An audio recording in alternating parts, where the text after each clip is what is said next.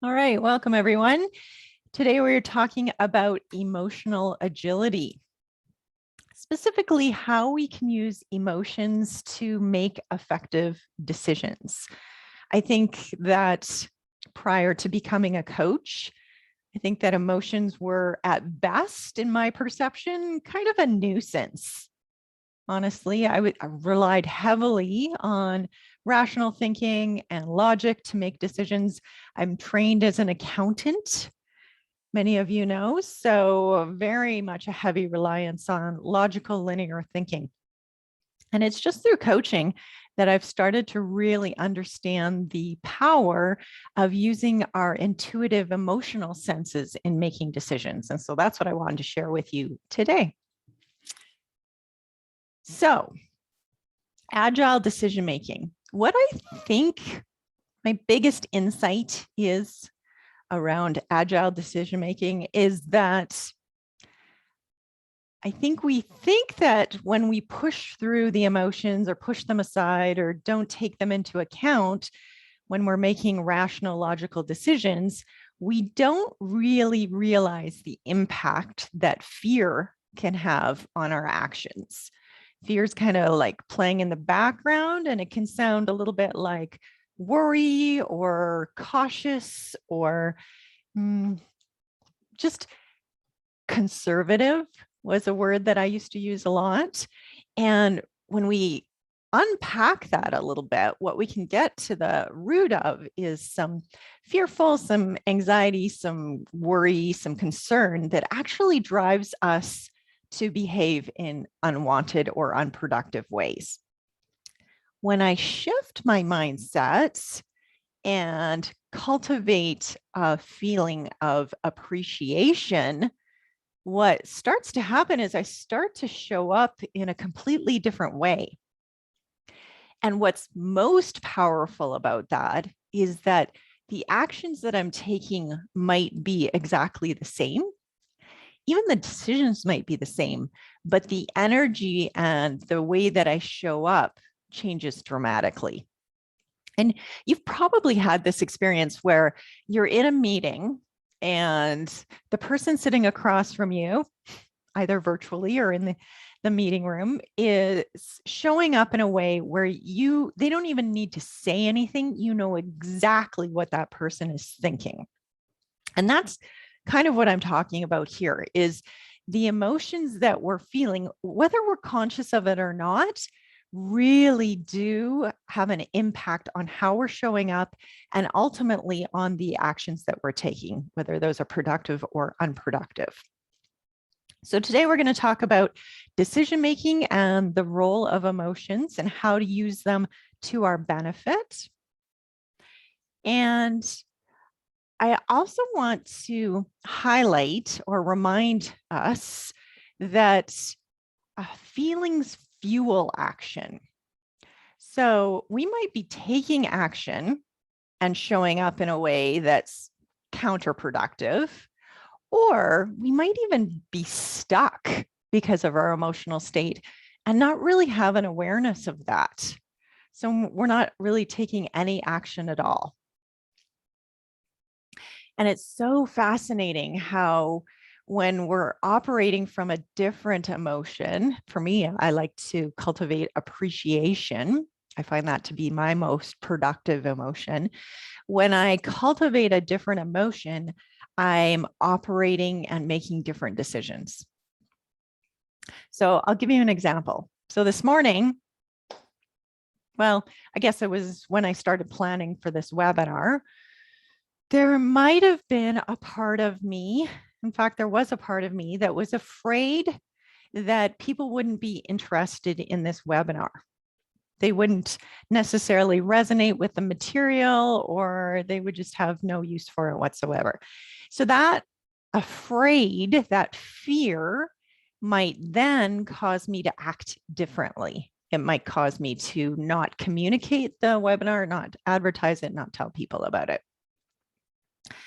However, when I shift into an appreciative state, an appreciation for the tools that I'm going to offer today, and for how much they've really helped and transformed my life, then that will cause me to want to communicate it far and wide. So I'll take different actions, make different decisions as a result of that appreciation.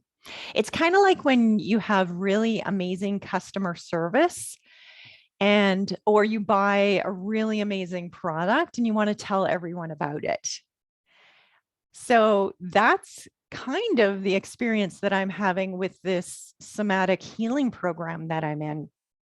I enrolled in this somatic healing, and I'll talk more about what somatic healing is in just a moment, but I enrolled in this program. It was fairly low cost, and I really didn't know much about somatic healing. And about 2 weeks in, I started experiencing so many dramatic shifts that I've started like telling everyone about somatic healing in general. And I'll tell you more about this program that I enrolled in too, if you're interested later on in the webinar. So all of a sudden I've become an unofficial advocate for somatic healing and for this program because I'm in this appreciative state. I've actually experienced the transformation for myself, and that causes me to show up differently. It causes me to make different decisions, and ultimately it affects the actions that I'm taking. And this is all because I'm coming from this place of appreciation versus a place of fear. Another area that this can show up for us is in terms of scarcity thinking and abundance thinking. So sometimes I'll catch myself thinking scarcity, there's not enough, lack. I have to kind of like toilet paper early in the pandemic. I have to sort of buy lots of toilet paper because there's not going to be enough. That's that scarcity thinking that can drive me to have behaviors and actions that are unwanted, versus abundance thinking. And that's kind of this appreciation mindset that I'm talking about. When I feel like I'm coming from a place of abundance, like there's always going to be enough. I can always trust and rely on myself to create more opportunities for me. I don't necessarily have to jump at every single opportunity that comes my way. That abundance thinking causes me to act very differently. So that awareness of how my thinking and feeling drives my actions is really, really powerful. And I think I credit coaching for coming to that awareness and really understanding it in my day-to-day. The other more important realization that I've come to is that I can actually cultivate feelings on demand. And what I mean by that is in my work, I might have felt at the effect of what was happening around me. My colleagues, my boss, my human resources policy, whatever that was happening in my environment, I might have felt very much at the effect of that. And without even realizing that, I was perpetuating that through that scarcity thinking. When I started to realize that I could shift my mindset and manage that to create a more responsive approach to what I was doing instead of reacting to everything that was coming at me, I could cultivate appreciation and then become more responsive, pick and choose what the actions were that I wanted to do. That's when I started to feel more powerful and more in control of what I was doing. My actions and behaviors became more strategic, more productive, more effective. And I think that was the most powerful realization that I have. It's not that the fear goes away entirely. I want to offer that fear is actually a very natural, normal human emotion, and it's our body's way of keeping us safe. And so it is, if you're coming from a place of fear, I want to offer that you're doing it right. You're doing this human thing correctly. That's happening as it should. The thing that I'd also like to offer is that even though that's the default, that doesn't have to be the baseline. That's, I think, the important part that I want to offer today is that the place of fear is normal and natural, but we don't have to stay there. We can just recognize it and cultivate feelings of appreciation. Okay, beautiful.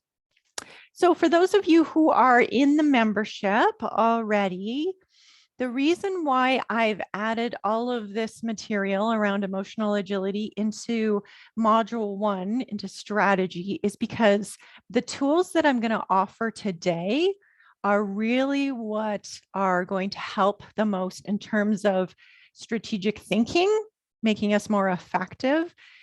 Those things, absolutely super important. And maybe even more importantly, how we show up in that feeling of peace and freedom that we have around our productivity. Once we feel in control of how to create that for ourselves, that's when we ultimately feel peace around all of that. So that's why I've added it to the strategy module on the Peaceful Productivity membership.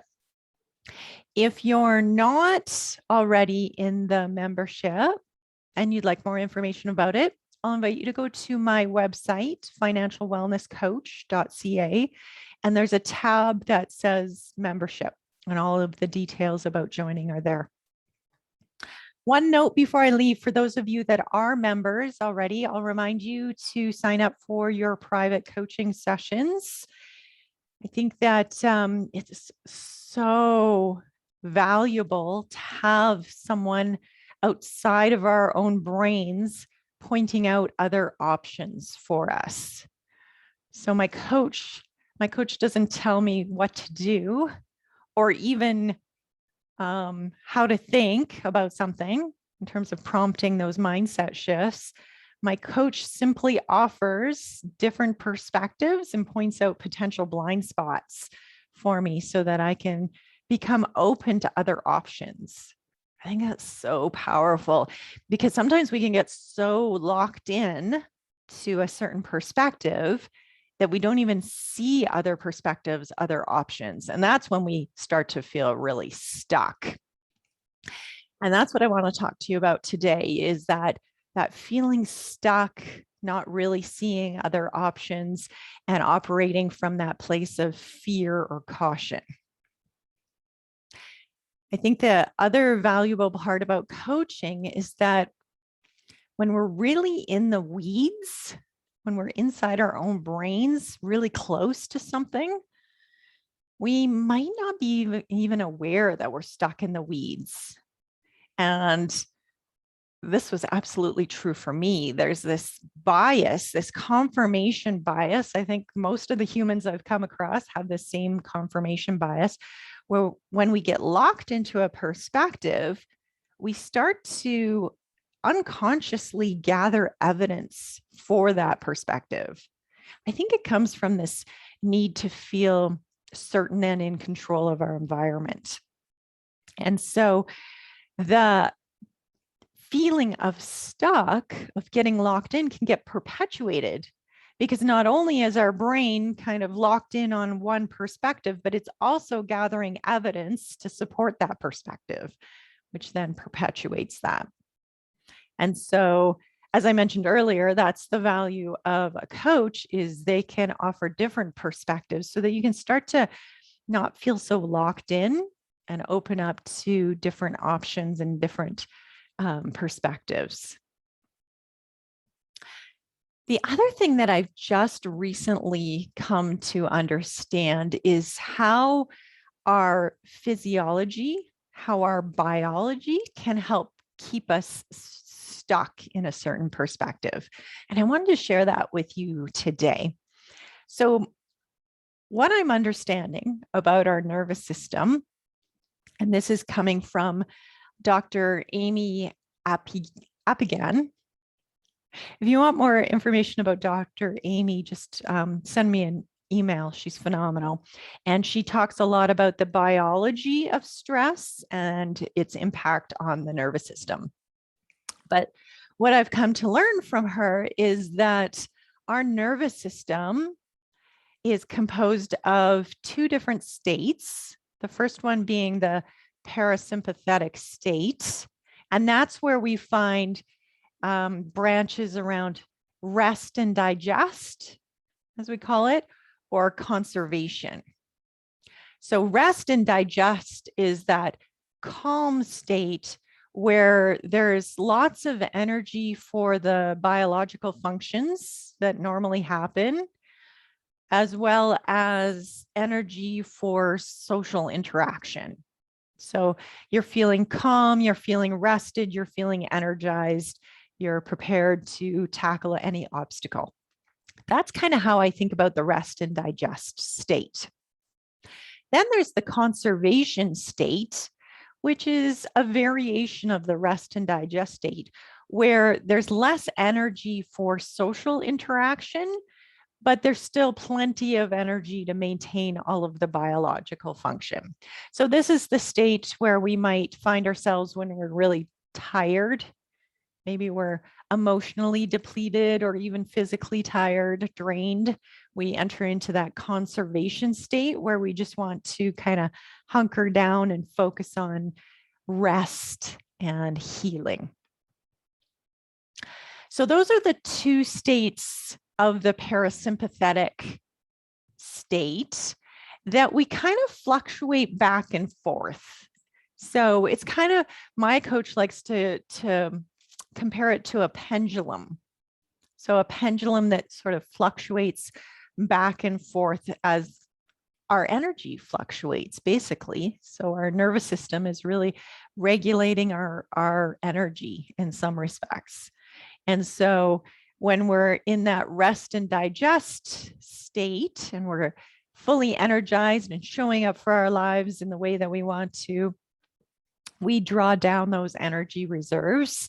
Then we enter that conservation state. And then as we rest and re-energize, we build up those reservoirs again, and then we'll move back and forth to the rest and digest state. So that was really helpful for me in understanding how that can normally work, those fluctuations. And so equilibrium is the balance between those two states and the ability to return to a stable state after a disturbance happens. And when a disturbance happens, we may enter the sympathetic state described as fight or flight.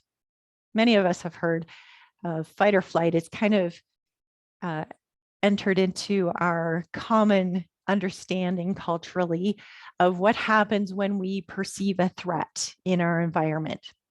That threat can be real or imagined.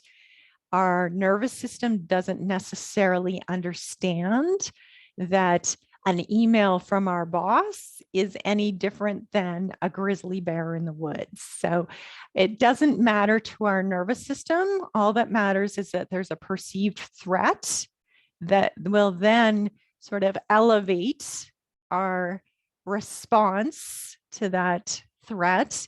And we're familiar with some of the physiological effects of that, where our vision figuratively and literally can close in so that we become hyper focused on the threat.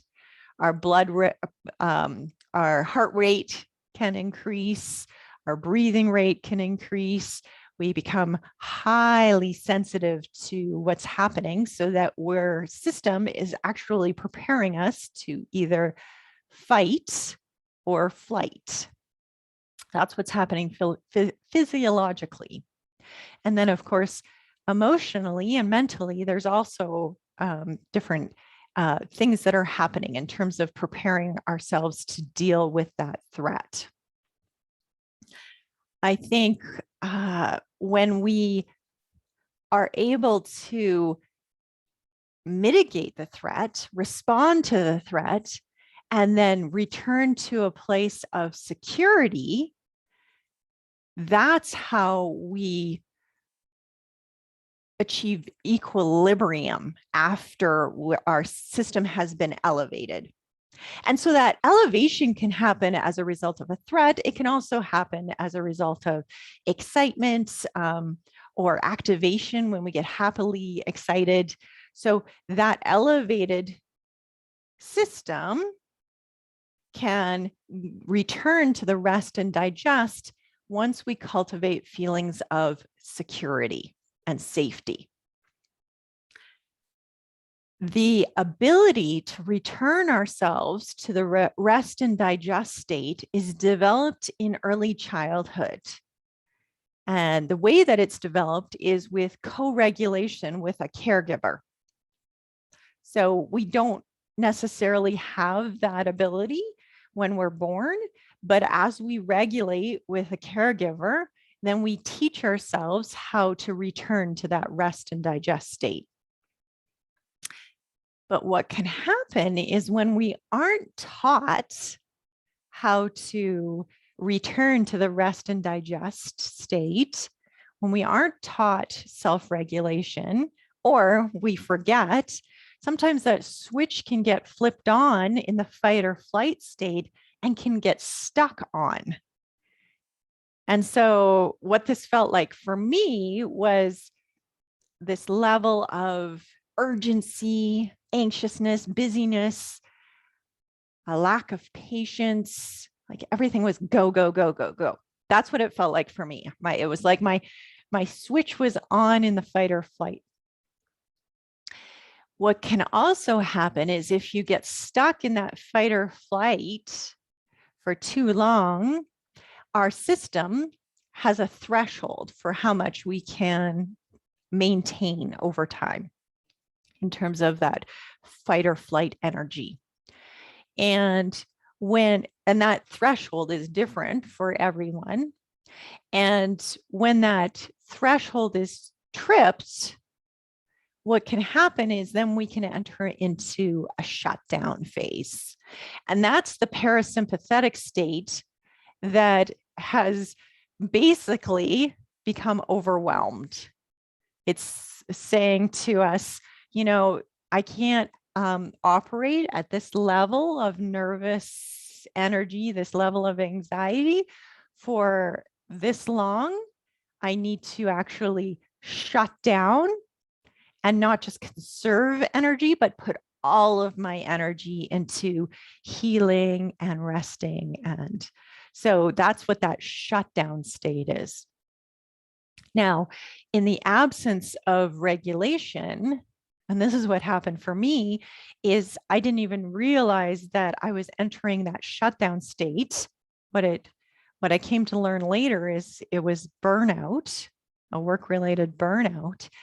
And so when we get stuck in that burnout state and we don't know how to get ourselves back into the rest and digest state, we can go back and forth between the shutdown and the fight or flight. And we can kind of get stuck there a little bit. So we try to activate ourselves again, and we feel busy and we are taking a lot of action in this state. It's kind of like this frantic energy that I experienced.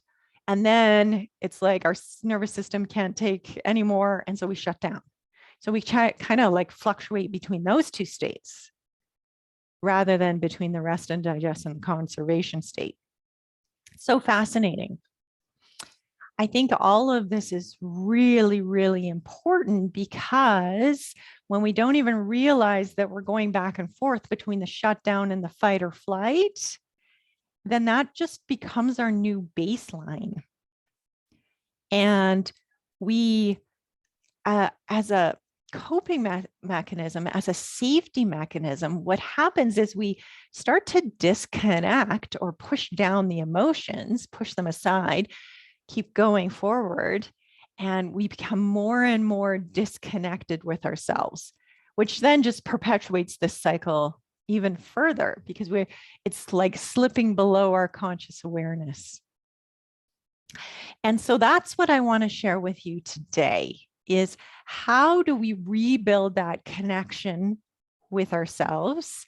How do we self-connect and understand those signals that are being communicated to us to tell us that we're actually stuck in the fight or flight shutdown loop? And then how do we regulate to get ourselves back into the rest and digest state? That's what I'd like to offer to you today. So the question that I like to ask myself in order to understand if I'm stuck is start with my emotional state. And for those of us who aren't used to doing this, it might be a bit of an exercise, but I'll invite you to try it just right now, just to see how accessible that is to you in this moment. So the question is, what were your top 3 feelings last month? I'm going to give you a few seconds to just really go inside and ask yourself, what were the top 3 feelings last month?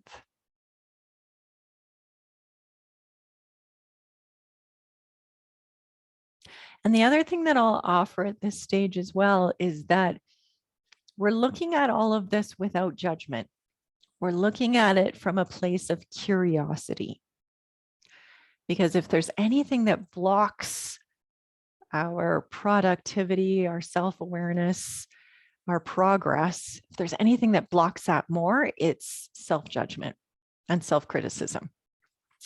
So we're going to park the self-judgment just for a moment. And we're going to ask ourselves, what were the top 3 feelings that we had last month? And I'm curious what that's like for you.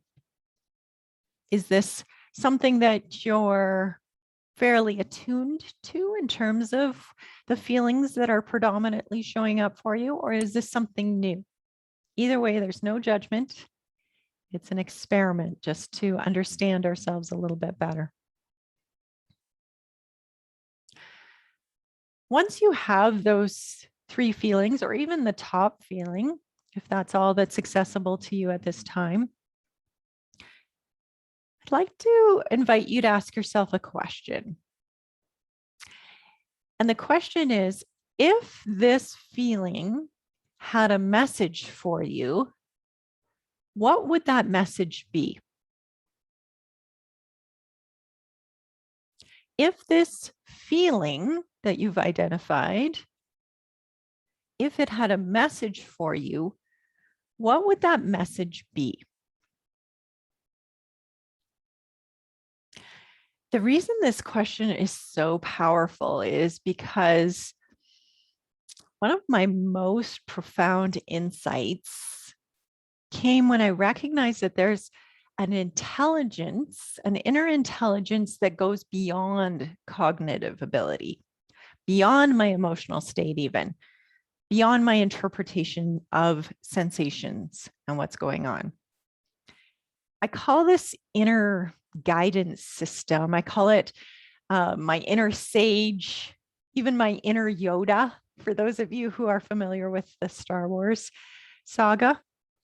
So it's almost a knowing that is always present, but I forget about. And sometimes, especially for those of us who were raised in a real performance-oriented, high-achieving type of environment, we rely so heavily on our cognitive ability that we forget that there's actually something even greater than that that we can access. It's a guidance system that really comes from a combination and an integration of the body, mind, and emotions. I like to call it my internal navigation system. This idea is so powerful to me because learning to trust this internal navigation system has really enabled me to let go of the need to over control things. And so I still try to show up and do everything in my power to show up as the best version of myself. But I also, at the same time, let go of having to control everyone's perception of me. And that's a real freedom there in terms of doing what I can and relying on that navigation system and let go of trying to figure it all out and have all of the answers. And then also still have the power to manage how I show up, manage my thoughts, what I'm focusing on, my emotional experience, and what I'm doing, the productive actions that I'm taking.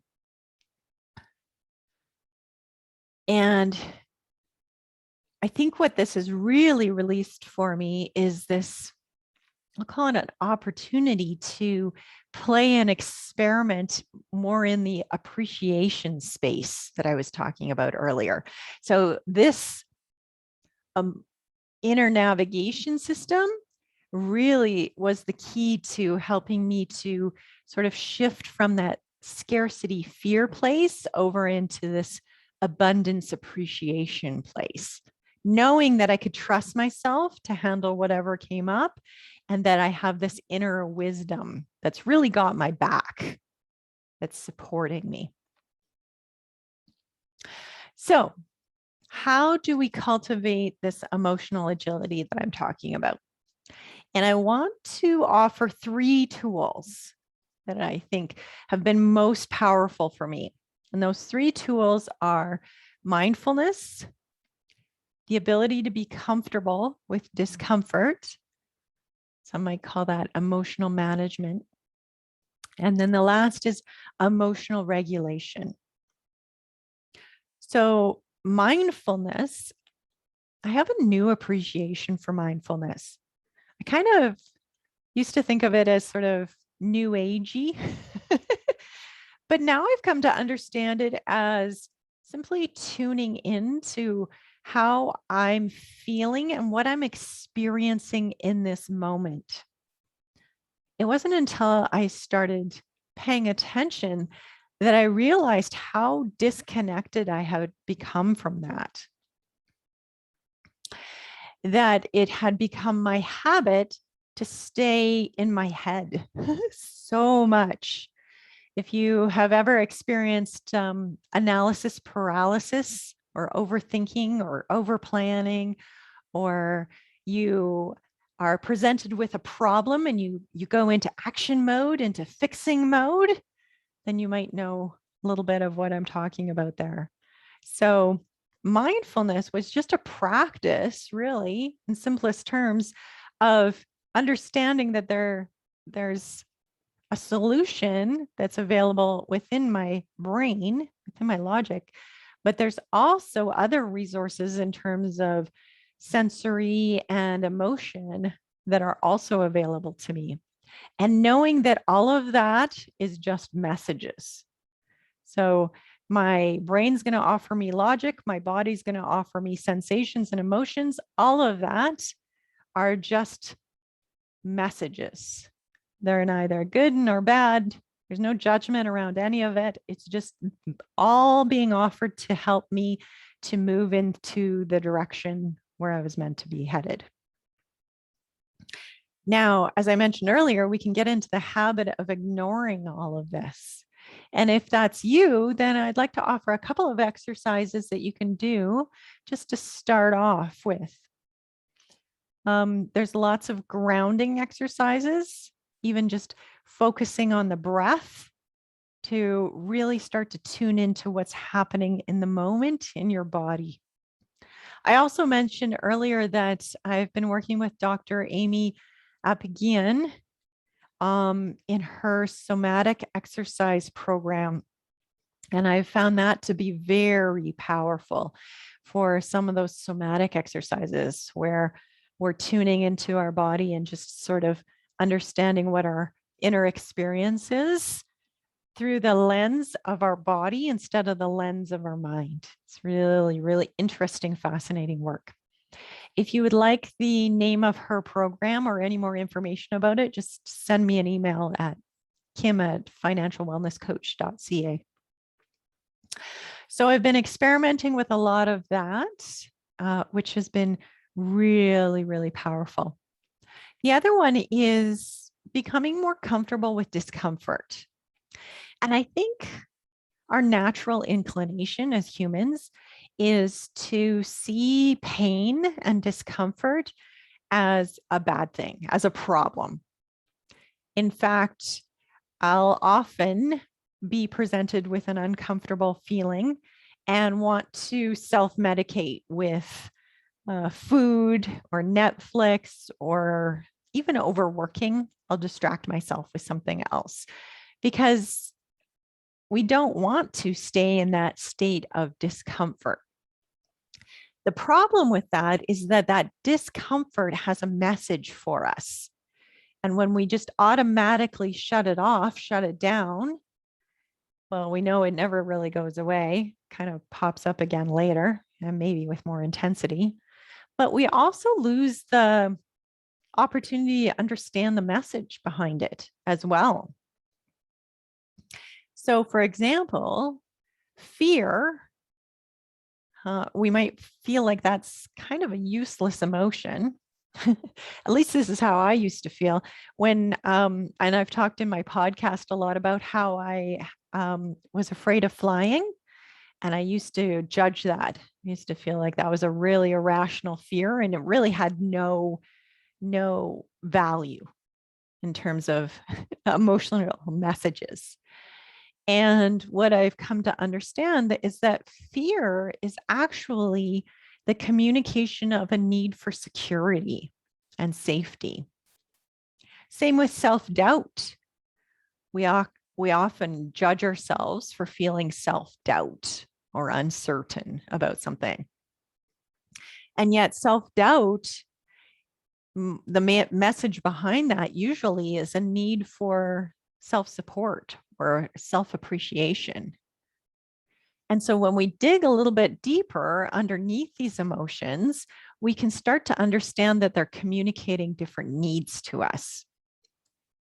And I've talked a lot in the past couple of webinars and podcasts about how the most effective way to create self-care and prevent burnout is to turn towards these needs rather than ignoring them or pushing them aside.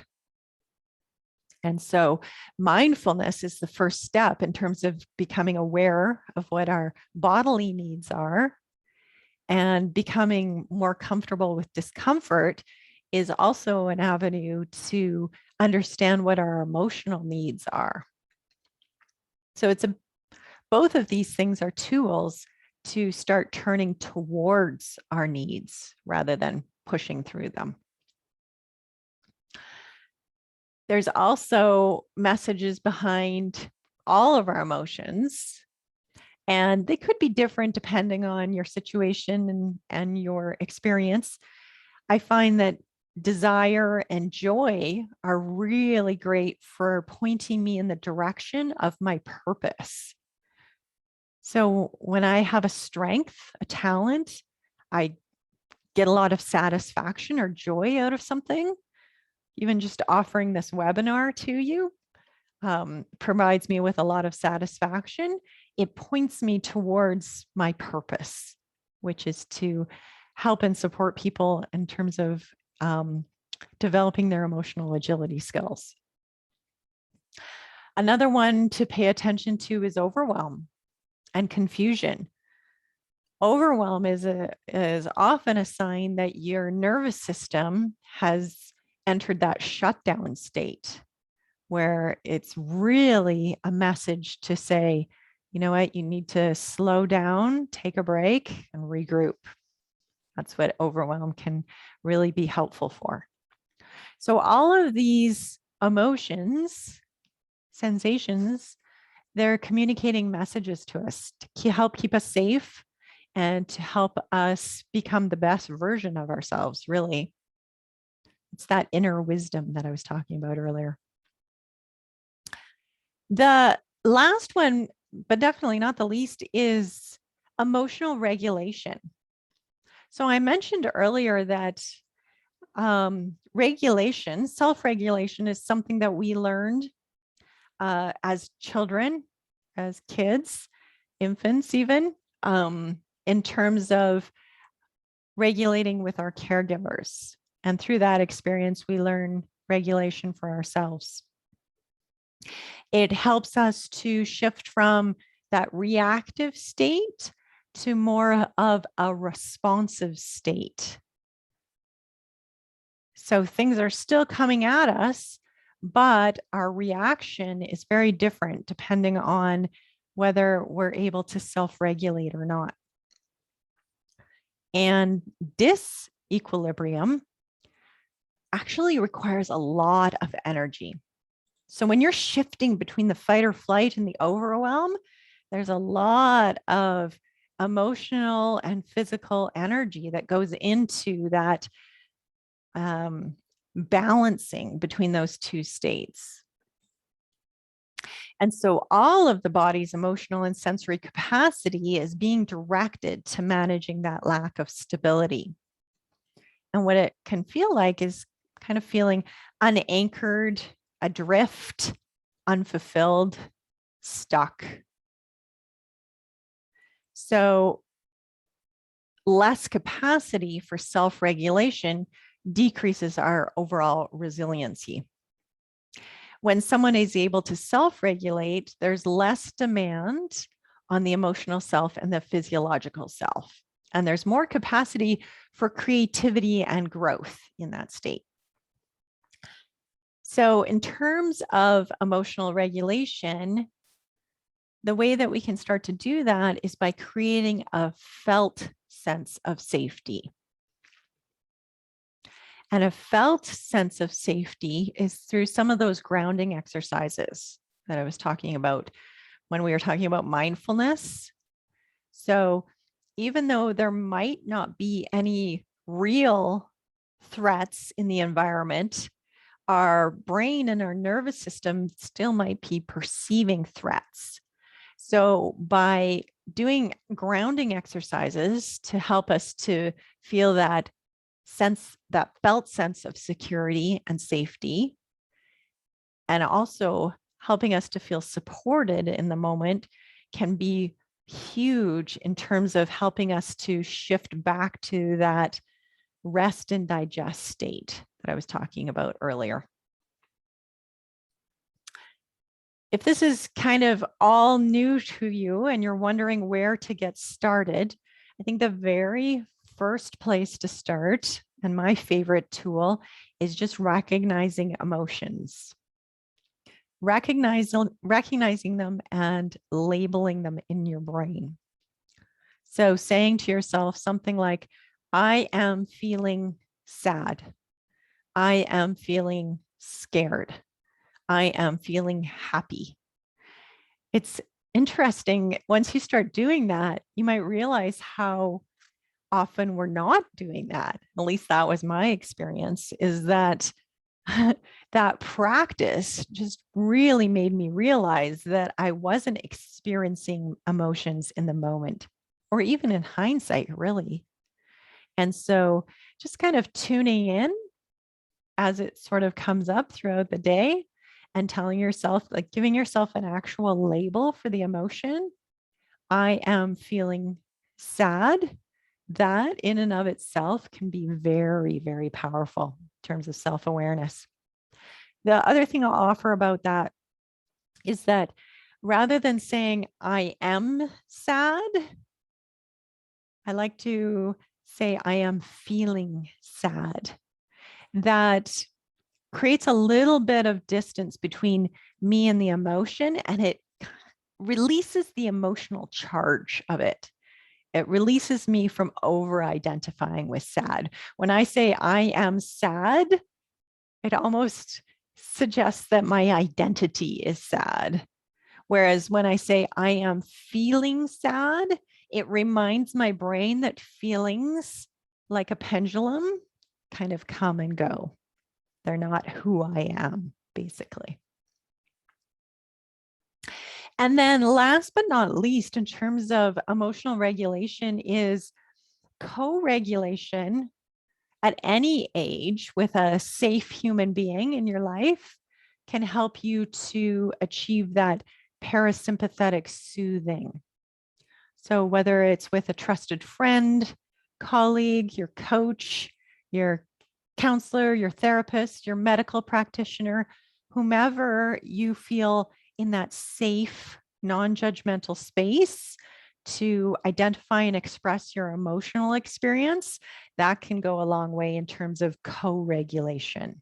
And I'll offer that that has been very powerful for me as well. Which leads us to emotional agility coaching. So if this material resonates with you and you would like to explore it further, but deeper, I'll invite you to check out my emotional agility coaching program. You can find it on my website, financialwellnesscoach.ca. It's a 12-week coaching program that teaches you the skills to shift from stuck to creating clarity, calm, and confidence. So as I mentioned early in the webinar, the most powerful shift for me was realizing that I wasn't at the effect of my emotions, that I really could respond with intention to whatever emotion came up. And I could also cultivate things for myself like clarity, calm, and confidence. And these three emotions have been the most productive emotions that I have cultivated over time. And so that's why I offer them in my emotional agility coaching program.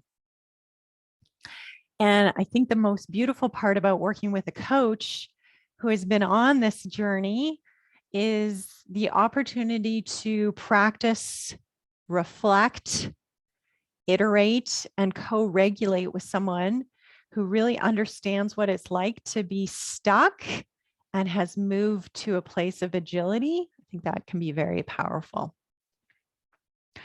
In the coaching program, we take a look at developing 3 different feelings, as I mentioned, the clarity, the calm, and the confidence. And the way that we do that is by developing 12 skills.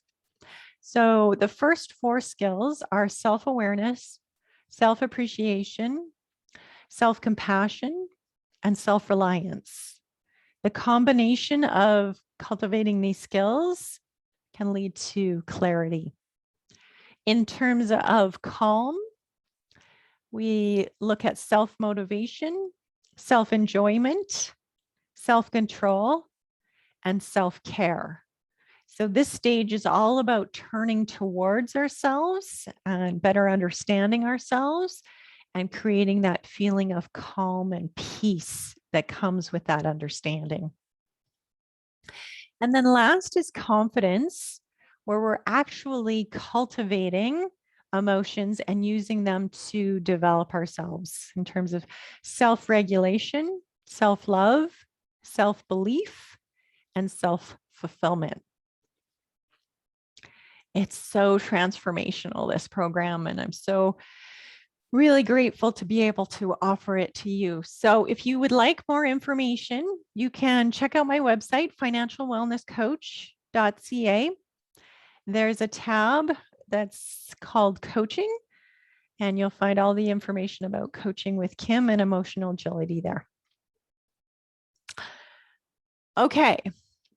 In summary, I'd just like to offer that emotional agility is available to anyone. It can be developed at any age, and it's really the ability to interpret those emotional signals that your inner wisdom is sending to you and that are being communicated by your inner navigation system. Also, the 3 tools that helped me the most were the practice of mindfulness, emotional literacy, and emotional self-regulation. If you have any questions about any of that, please send me an email at kim@financialwellnesscoach.ca.